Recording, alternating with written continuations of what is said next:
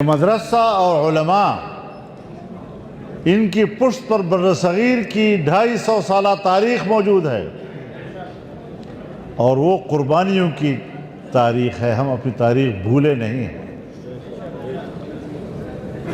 اور ہمیں آزماؤ بھی نہیں، ورنہ ہم تمہارے لیے ان سے بڑھ کر آزمائش بن جائیں گے. پھر مسئلہ آپ کے لیے مشکل ہوگا، ہمارے لیے کوئی مشکل نہیں ہے. باب کیف کان بدء الوحی الی رسول اللہ صلی اللہ علیہ وسلم. تنبیہ ہے اس بات پر کہ تشکیل حیات انسانی کا مدار وحی پر ہے، لیکن حدیث باب میں پہلی حدیث جو وہ لائے ہیں حضرت عمر رضی اللہ تعالیٰ عنہ سے روایت کرتے ہیں کہ رسول اللہ صلی اللہ علیہ وسلم نے فرمایا انما الاعمال بالنیات وانما لامرئ ما نوى فمن كانت هجرته إلى الله ورسوله فهجرته إلى الله ورسوله ومن كانت هجرته إلى دنيا يصيبها أو إلى امرأة ينكحها. اب نیت یہ عمل ہے قلب کا.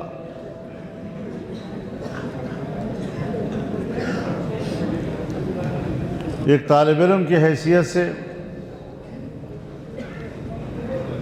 اگر میں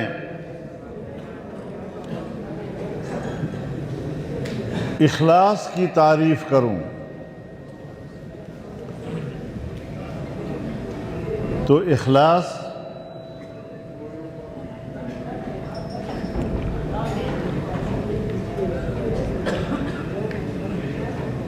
کہ آپ کے قلب کا ارادہ اور آپ کے قلب کی نیت اور اس نیت پر مبنی عمل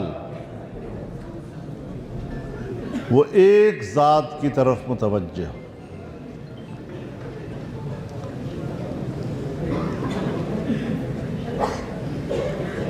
تو قلب کا عمل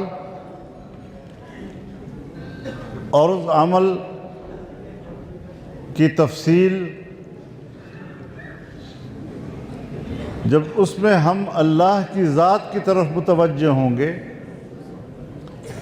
اور اس کی رضا مقصود ہوگی تو کتاب کا آغاز جیسے انہوں نے توحید سے کر دیا ہے. تاہم بعض شارحین کی رائے یہ ہے کہ کتاب الوحی یہ بمنزلہ مقدمہ کے ہے اور جب مقدمہ مکمل ہوا تو آغاز کتاب الایمان سے کیا اور ایمان بھی عمل ہے قلب کا. زبان تو قلب کے ارادے کے اظہار کا نام ہے،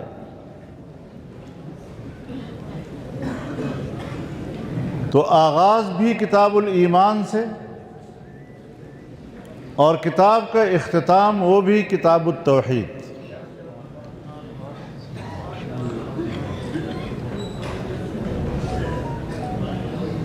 ظاہر بات ہے کہ اعمال کی قبولیت کا دار و مدار ایمان پر ہے، عقیدہ توحید پر ہے.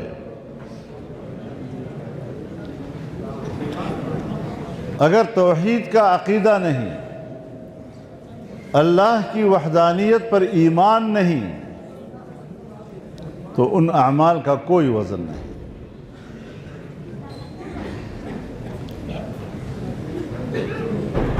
تو اس اعتبار سے جب آغاز وحی سے کیا ہے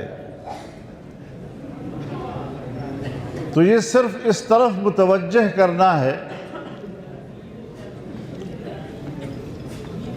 کہ اشیاء کے ادراک کے مدارج ہیں۔ پہلا درجہ یہ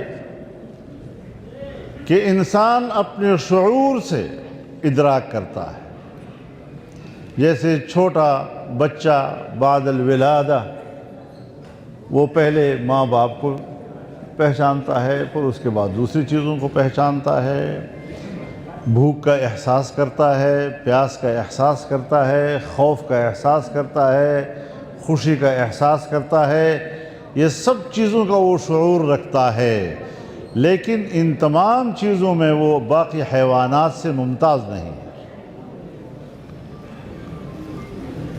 جب عمر آگے بڑھتی ہے تو پھر ادراک کرتا ہے اشیاء کا حواس خمسہ کے ذریعے سے،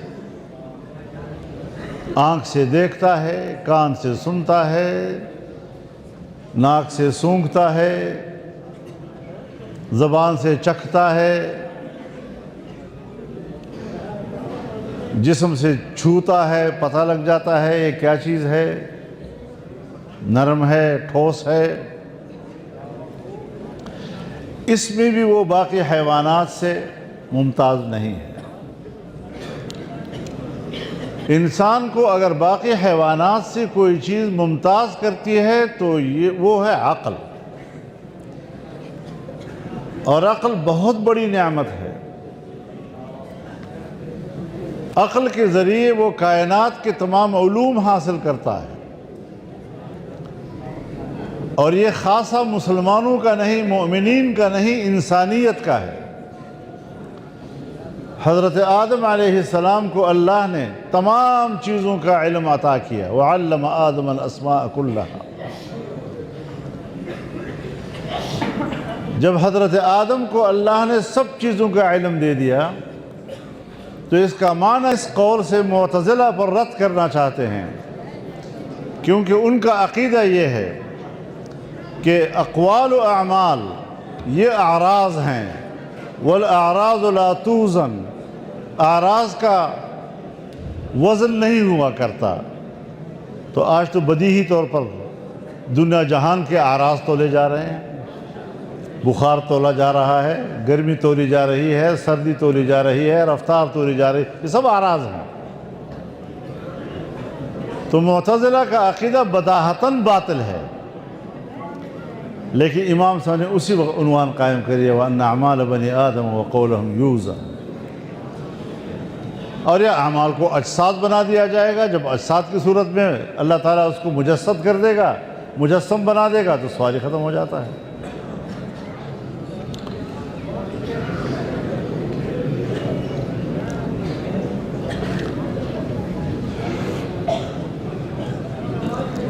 اب اس باب کے تحت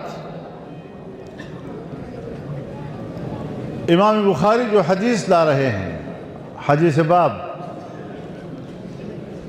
حضرت ابو ہریرہ رضی اللہ تعالیٰ عنہ سے روایت ہے، جناب رسول اللہ صلی اللہ علیہ وسلم نے فرمایا کلمتان، بمعنی کلامان، اور کلام کی تعبیر کلمہ سے ہوتی ہے۔ کلمۃ طیبہ کشجرۃ طیبہ، کلمۃ خبیثہ۔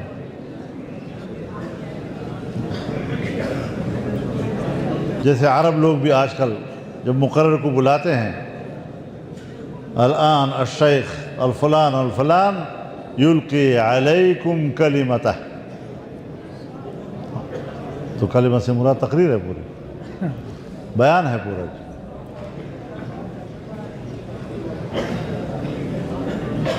تو کلمتان خفیفتان علی اللسان،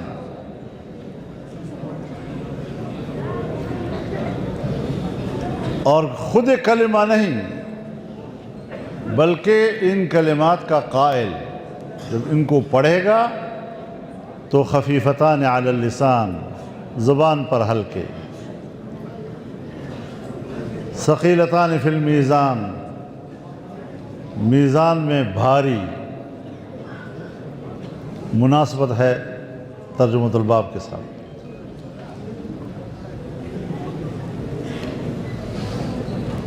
ثقیلتان فی المیزان، میزان میں بھاری ہیں۔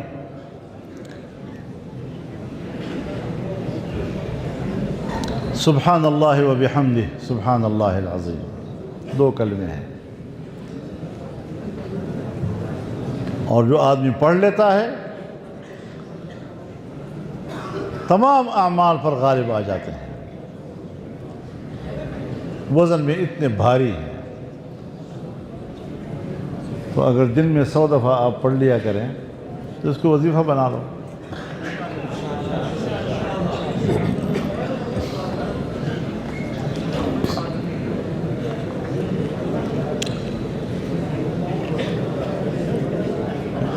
اب قرآن کے علوم،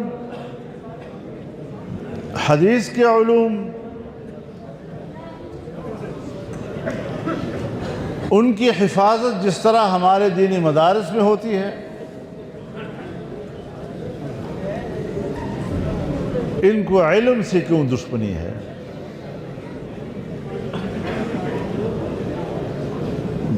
مدرسوں کو اپنے قبضے میں لینے کی خواہش کیوں ہے؟ پی آئی اے کو تو نجی ملکیت میں بیچ رہے ہو، اور مدرسے جو پہلے سے نجی ادارے ہیں، این جی اوز ہیں، جو طالب علم کو پڑھاتے بھی ہیں، کھلاتے بھی ہیں، پلاتے بھی ہیں، کمرہ بھی دیتے ہیں، بجلی بھی دیتے ہیں، گیس بھی مفت، پانی بھی مفت، کتاب بھی مفت، اس سے بڑھ کر رفاہی ادارہ اور کون سا ہو سکتا ہے؟ اور میں اپنے حکمرانوں کو بتانا چاہتا ہوں کہ علامہ شبیر احمد عثمانی، جو علم کا سمندر، حضرت شیخ الہند کے ترجمے کا شارح، انگریز نے اس کو اپنی کتاب میں ان پڑھ لکھا تھا، کیونکہ پرائمری اسکول میں نہیں داخل ہوا تھا۔ تم اس انگریز کی نقش قدم پہ چل رہے ہو؟ ان کے نزدیک بھی دین کا علم نہیں تھا، اور آپ کی نظر میں بھی دین کا علم نہیں ہے۔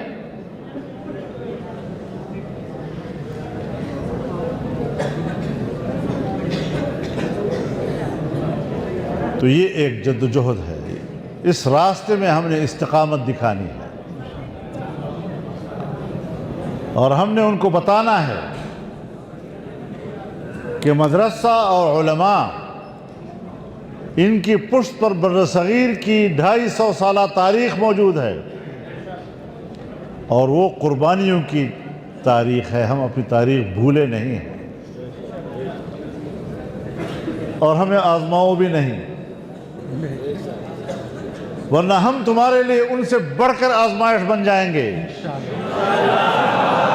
پھر مسئلہ آپ کے لیے مشکل ہوگا، ہمارے لیے کوئی مشکل نہیں ہے۔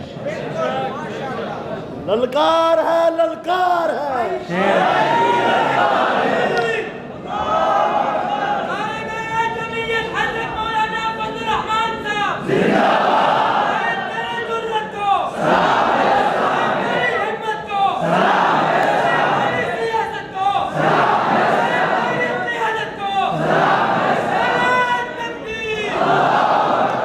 تو قرآن کے علوم اور حدیث کے علوم، اس کی حفاظت اس مدرسے میں ہے، اور جب مدرسہ اس کا محافظ ہوگا تو پھر ہم مدرسہ آپ کے ہاتھ میں نہیں جانے دیں گے، ہم آپ کے ساتھ ہیں، کیونکہ ہم حکمرانوں پر اور ان کے اداروں پر اعتماد نہیں کرتے۔ ان کے دلوں میں نہ اس علوم کی قدر و منزلت ہے، اور نہیں وہ اس کے محافظ بن سکتے ہیں۔ جو پہلے سے علمی ادارے تھے اور ان کے ہاتھ میں گئے ہیں، ان کی مدرسے اور علم کی حیثیت ختم ہو گئی ہے۔ تجربہ بتا رہا ہے۔ تو انشاءاللہ مدارس کی حفاظت ہوگی۔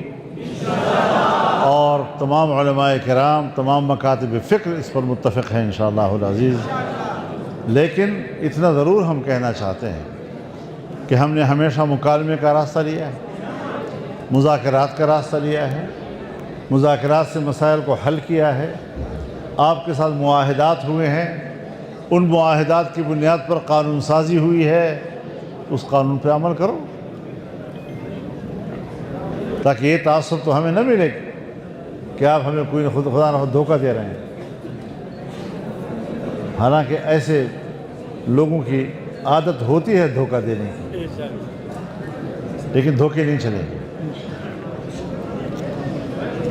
تو انشاءاللہ العزیز زندگی رہی تو حاضریاں ہوتی رہیں گی، اور یہ بات سنو لا الہ العالمین۔